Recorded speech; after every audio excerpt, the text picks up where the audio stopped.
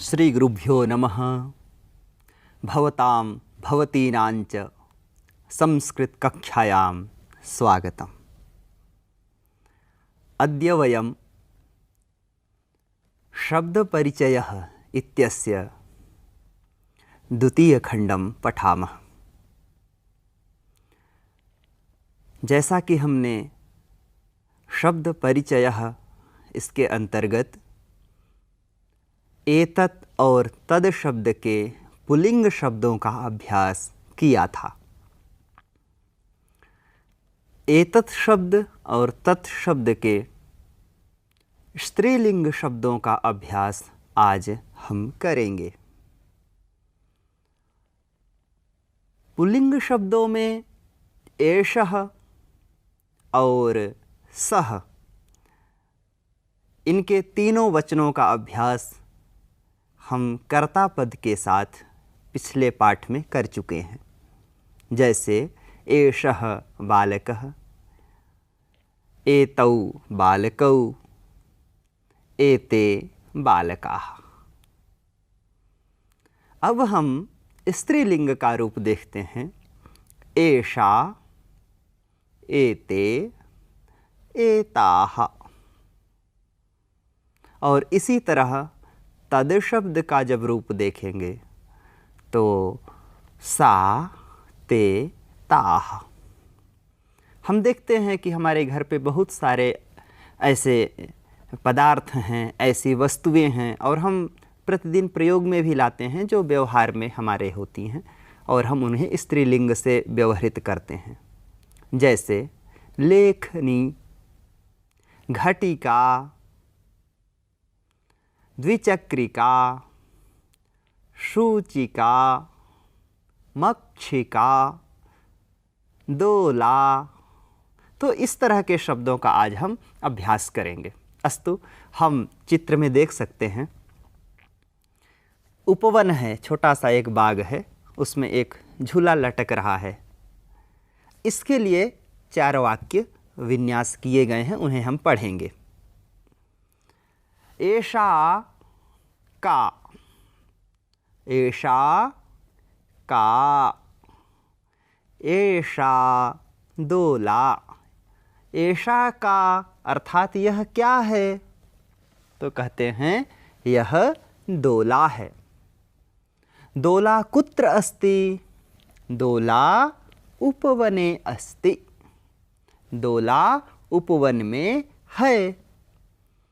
अब यहाँ पर उपवन के पास में ही खड़ा है, दोला के पास में ही खड़ा है जो व्यक्ति, वो व्यवहार कर रहा है ऐसा का, ऐसा दोला।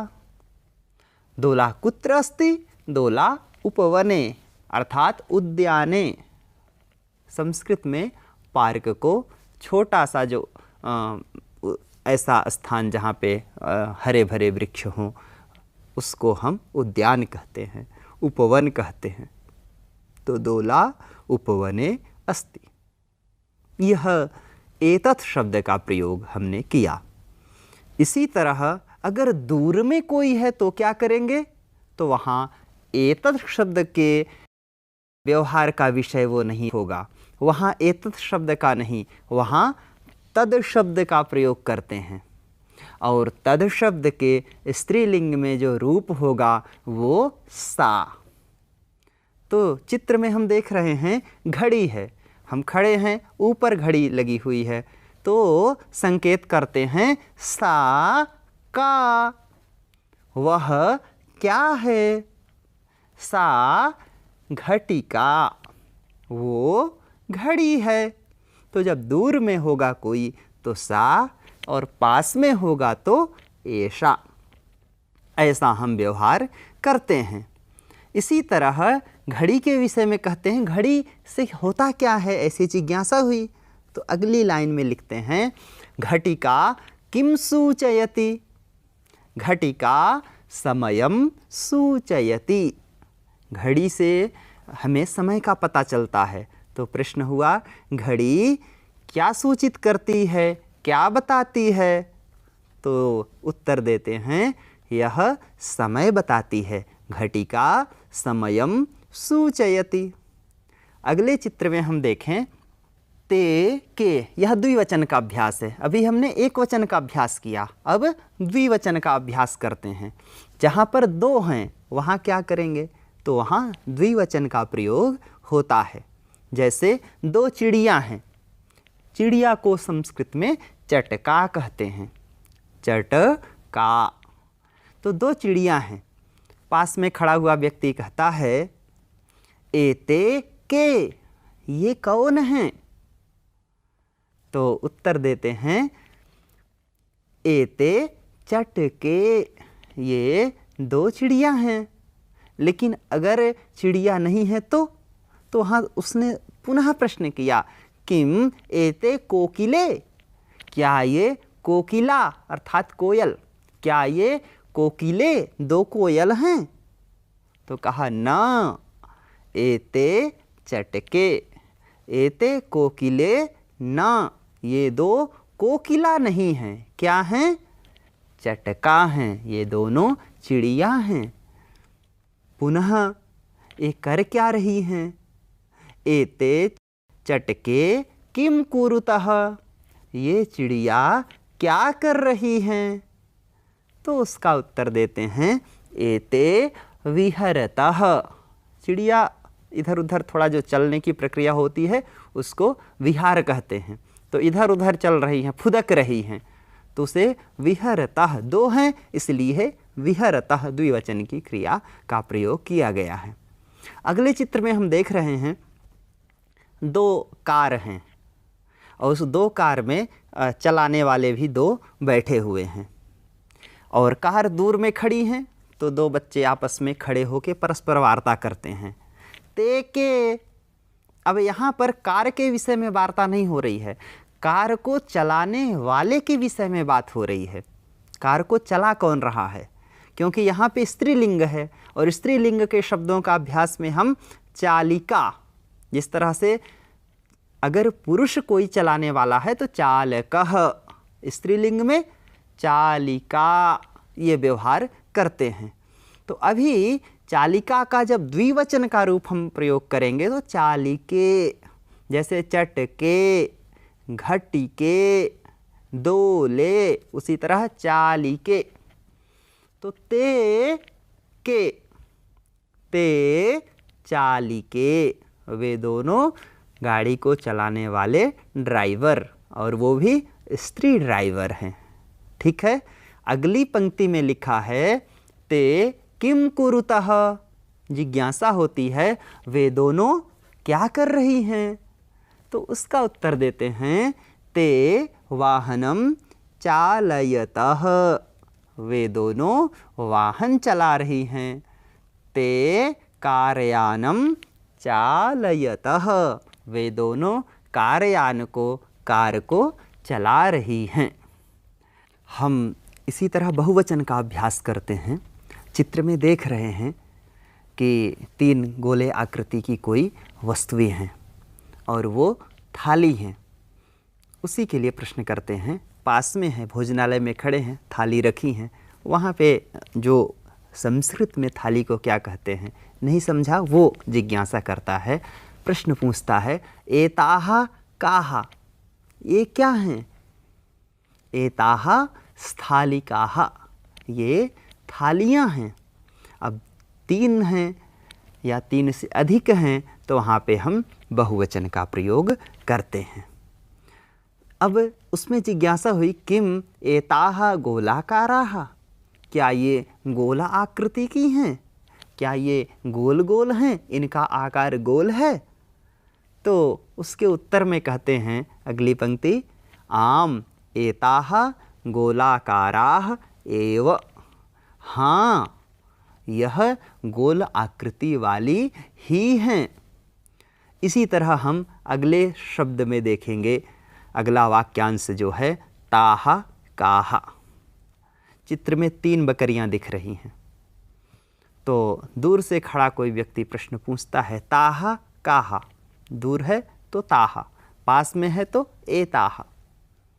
तो ताहा काहा, उत्तर देते हैं ताहा अजाहा, वे बकरियां हैं। वो क्या कर रही हैं? ताह किम कुर्वन्ति, वो बकरियां कर क्या रही हैं? तो कहते हैं ताहा चरन्ति, ताह अजाहा चरन्ति, वो चर रही हैं, घास चर रही हैं। तो ताहा अजाहा चरन्ति, इस तरह हम एक वचन का, द्विवचन का और बहुवचन का कुछ क्रियापदों का योग करके और शब्दों का अभ्यास किए। अब आगे हम देखते हैं कि जो हमने अभी पढ़ा, इनमें जो शब्द आए हैं, इन शब्दों के एक एक शब्दों के अर्थ क्या हैं। हम स्क्रीन पर देख सकते हैं कि एक शब्द को हिंदी और अंग्रेजी में किस प्रकार से व्यवहार करते हैं। शब्दार्थ के अंतर्गत हम देख रहे हैं एषा, अर्थात स्त्री के लिए हम समीप में अगर कोई है तो उसे एषा पद का व्यवहार करते हैं, जिसका हिंदी में अर्थ होता है यह, अंग्रेजी में दिस।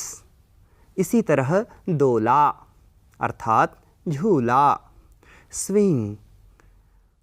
कुत्र, कुत्र यह अव्यय है, इसको हम व्यवहार में लाते हैं कहाँ के अर्थ में। कुत्र माने कहाँ, व्हेयर। उपवने, उपवन का अर्थ है उद्यान, पार्क, बगीचा। बगीचे में, उद्याने अर्थात बगीचे में, इन द गार्डन। घटिका अर्थात घड़ी, क्लॉक। सूचयति, सूचित करती है। कोकिले, दो कोयल के लिए यह कोकिला शब्द का द्विवचन का प्रयोग है। एते, यह भी द्विवचन का प्रयोग है। जब हम स्त्रीलिंग के शब्द का व्यवहार करते हैं और वह दो संख्या वाला होता है तो वहाँ हम द्विवचन का प्रयोग करते हैं। इसी तरह चटके, दो गौरैया जो छोटी चिड़िया होती हैं उनके लिए चटके का व्यवहार करते हैं। इसी तरह कुरुतः, यह क्रियापद है। कुरुतः क्रियापद है, क्या करते हैं, ऐसी जिज्ञासा होने पे कुरुतः अर्थात करते हैं, इस अर्थ को व्यक्त करने वाला क्रियापद। इसी तरह विहरतः, दो के लिए विहार कर रहे हैं, इधर उधर चल फिर रहे हैं अगर, तो विहरतः इस पद का व्यवहार होता है। इसी तरह चालिके, दो अगर महिला ड्राइवर हैं तो उन्हें चालिके शब्द से व्यवहृत करते हैं। इसी तरह एताः, यह बहुवचन का प्रयोग है। एतत् शब्द का बहुवचन का स्त्रीलिंग का है, जहाँ पर दो से अधिक शब्दों का संख्या हो और वहाँ पे ऐसे बहुवचन शब्द का हम प्रयोग कर रहे हों, वहाँ एताः इस सर्वनाम का प्रयोग करते हैं स्त्रीलिंग में। इसी तरह स्थालिकाः, स्थालिकाः यह भी बहुवचन का शब्द है। स्थालिकाः, स्थालिका, स्थालिके, स्थालिकाः। तो जहाँ पर दो से अधिक थाली होती हैं उन थालियों को हम स्थालिकाः पद से व्यवहृत करते हैं। आम, यह जो ओम पद है यह स्वीकृतिवाचक अव्यय है। हाँ, इस अर्थ में इसका प्रयोग किया जाता है। इसी तरह एव, निश्चयवाचक यह अव्यय है। जैसे ऐसा करना ही है, जहाँ पर जोर दिया जाता है, निश्चय अर्थ को द्योतित करना होता है, वहाँ हम एव शब्द का प्रयोग करते हैं। ऐसे ही पद है अजाह। अजाहा यह भी बहुवचन का रूप है। अजा, अजे, अजाह। जहाँ पर दो से अधिक बकरियाँ, तीन या तीन से अधिक बकरियाँ हैं, वहाँ हम अजाह पद का प्रयोग करते हैं। क्रियापद है अगला चरंती, चर रही हैं, इस अर्थ में। यह भी बहुवचन का रूप है। बहुत संख्या जहाँ पर होती है, जहाँ बहुत्व बताना होता है, वहाँ पर चरंती क्रिया का व्यवहार हम करते हैं। हमने अभी शब्दार्थों को देखा, शब्द परिचय, इसके अंतर्गत हमने जो वाक्य बनाए थे जिन वाक्यों को हमने पढ़ा था उनके एक एक शब्दों के अर्थ को हमने इस प्रकार से समझा। अब हम वचन का अभ्यास करते हैं, किस किस प्रकार से एक वचन, द्विवचन और बहुवचन का व्यवहार करेंगे।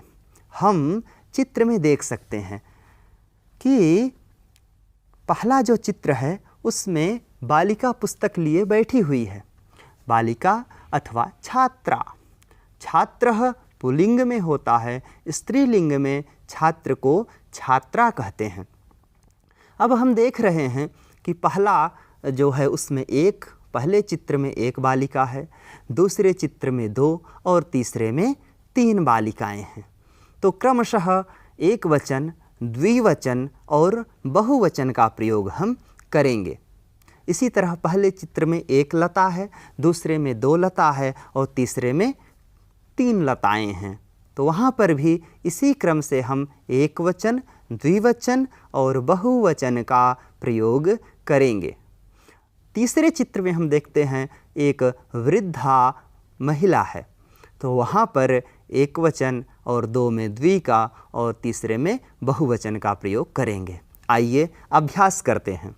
एक वचन लिखा हुआ है, द्विवचन बहुवचन आपको हमारे साथ बोलना है। जैसे छात्रा, छात्रे, छात्राः, लता, लते, लताः, वृद्धा, वृद्धे, वृद्धाः। इसी तरह हम अगले चित्र में देख रहे हैं, नौका है, एक नौका, 2 नौका और 3 तीसरी नौका। तो चित्र में 1, 2 और 3 एक साथ में समूह दिखाई पड़ रहा है और हाथ के द्वारा संकेत भी हम देख रहे हैं। तो एक वचन का, द्विवचन का, बहुवचन का हम इनमें भी वैसे ही अभ्यास करेंगे जैसा अभी पीछे के चित्रों को देखकर हम कर रहे थे। नौका, नौके, नौकाः, मक्षिका, मक्षिके, मक्षिकाः, पेटिका, पेटिके, पेटिकाः। जहाँ पर 1 होगा वहाँ एक वचन, जहाँ पर 2 होगा वहाँ द्विवचन और जहाँ पर 2 से अधिक संख्या होगी वहाँ पर हम बहुवचन का प्रयोग करते हैं।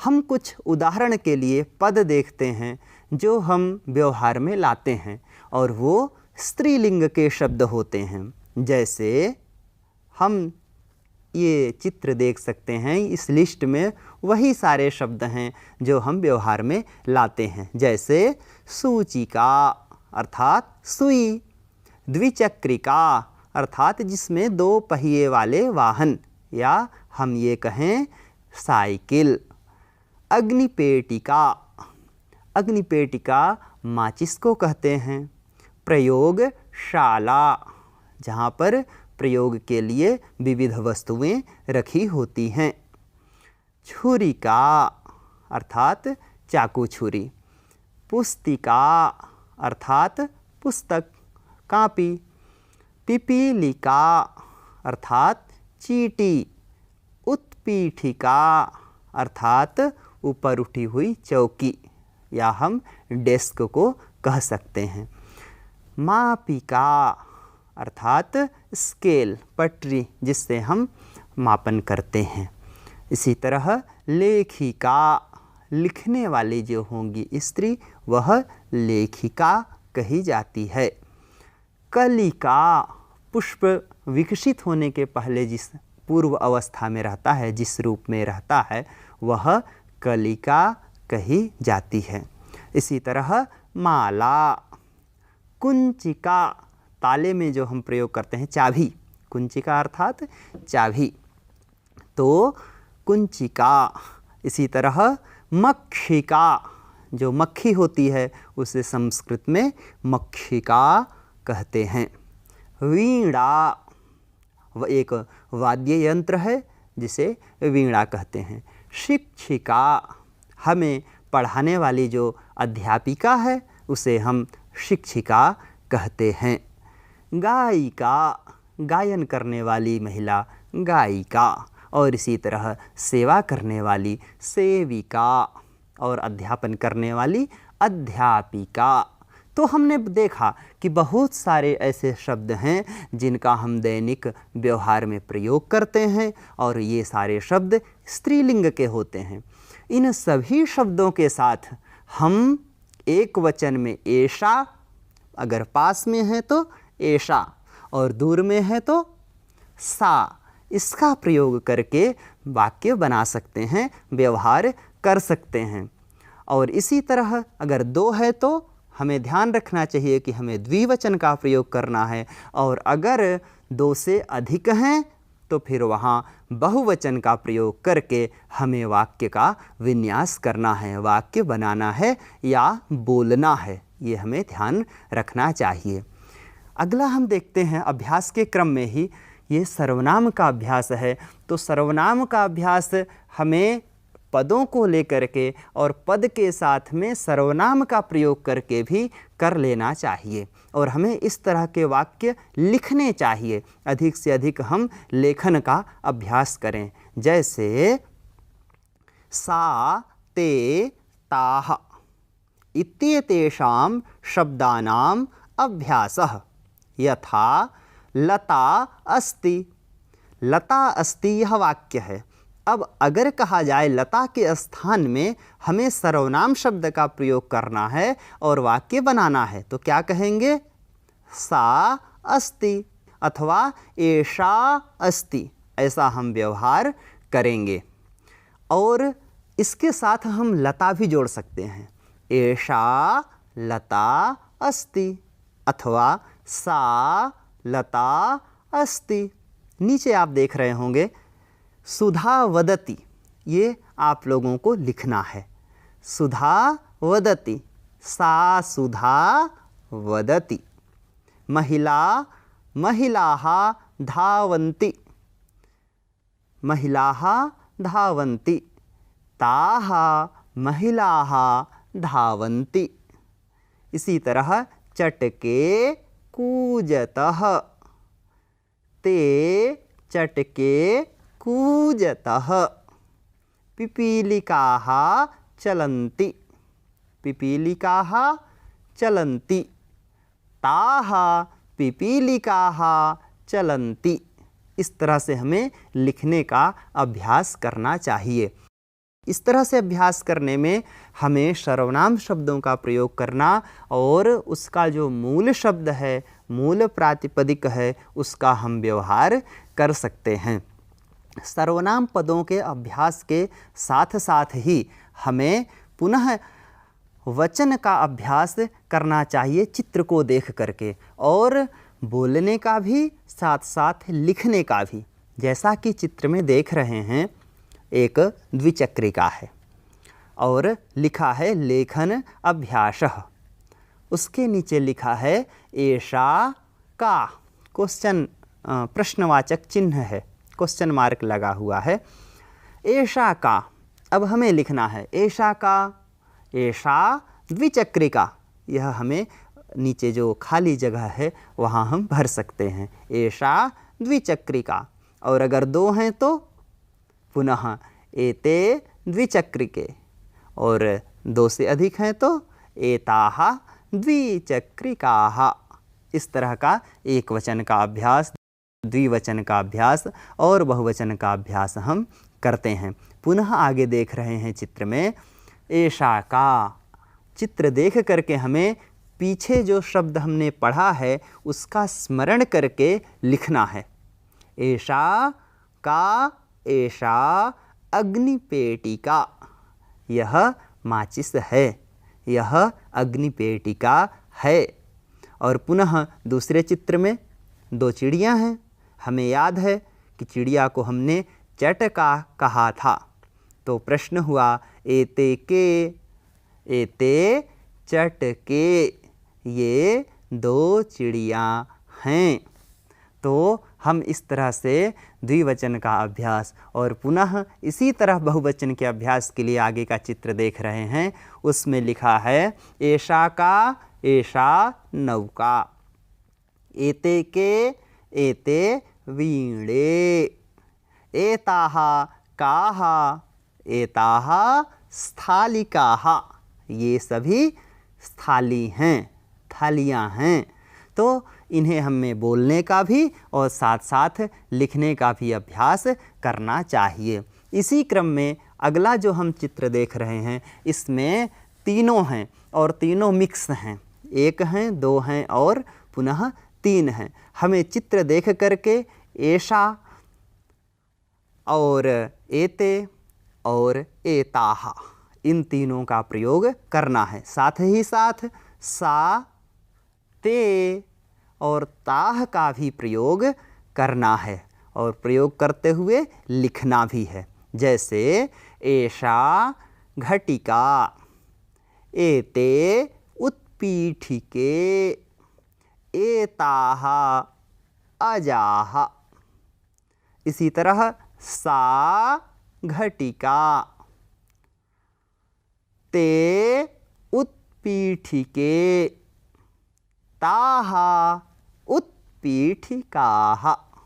इस तरह से हम संस्कृत भाषा के एतत् और तत् शब्द का स्त्रीलिंग में होने वाले जो रूप होते हैं, उनके जो परिवर्तन होते हैं, उसका व्यवहार करते हैं।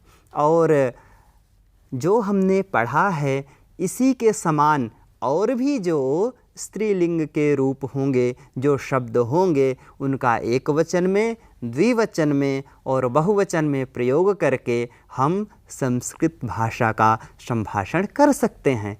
ऐसा अगर हम करेंगे तो हमारा जो भाषण होगा, हमारी जो बोलने की शैली होगी, वह अच्छी होगी और शुद्ध होगी। हमने अभी स्त्रीलिंग के शब्दों का अभ्यास किया, जो कि एतत् और तत् शब्द के साथ प्रयोग हो रहे थे। इन्हीं दोनों शब्दों के, एतत् और तत् शब्दों के साथ नपुंसक लिंग का हम अभ्यास शब्द परिचय के तृतीय भाग में करेंगे। वहाँ पर हम देखेंगे कि किस प्रकार से एतत् और तत् शब्द का नपुंसक लिंग के शब्दों के साथ हम अभ्यास करके किस प्रकार बोल सकते हैं और अपनी भाषण शैली को, संस्कृत संभाषण को अच्छा कर सकते हैं। धन्यवाद।